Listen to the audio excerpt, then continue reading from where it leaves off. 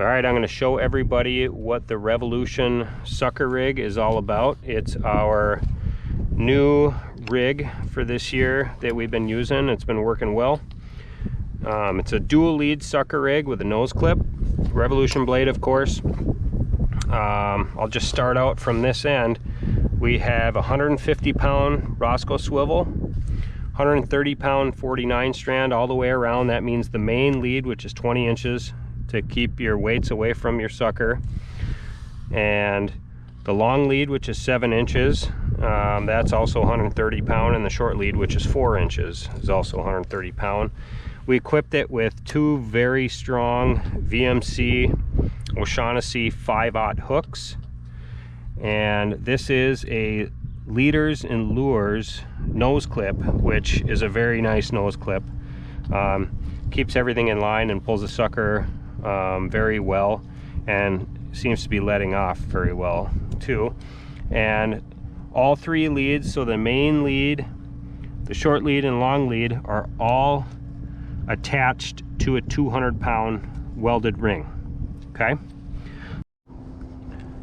let me go through. I'm going to narrate and show you guys how I'm rigging the sucker. So when I got the sucker, I like to place the short lead furthest away from me and the long lead in between me and the sucker, and I'll show you guys why in a moment. So I start out, first thing I do is use the nose clip and attach that to the sucker. Guys, I know your hands are cold, but let's make sure you get the sucker rigged right. It's not always the easiest thing when it's freezing out. So I'm getting the nose clip first. Then I'm going to line up my short lead to make sure all the tension is still on the nose clip. And I'm going to go a little forward towards the head, but the upper half of the back. I'm going to scrape some scales away.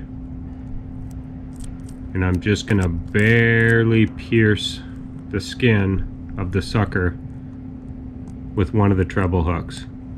Just barely under the skin, and pull it back to the barb. I like to use that hole in the back of the bump board, that carrying hole, to pin the sucker up against it and keep my short lead hook in the way, or out of the way, sorry. So now I got them pinned up against, and I have lined up where I'm going to put my long lead about in the center of the sucker above the lateral line. Scraping some more scales away, and just barely going to pierce that underneath the skin. I like to use all three trebles intact. Some guys like to bend one out. Some guys like to add another hook to pierce the skin too. So I leave all three. If anyone wants to change the way they want to do it, they can. But I like to just barely put one of them underneath the skin that's going to rip off. There's your fully rigged sucker right there.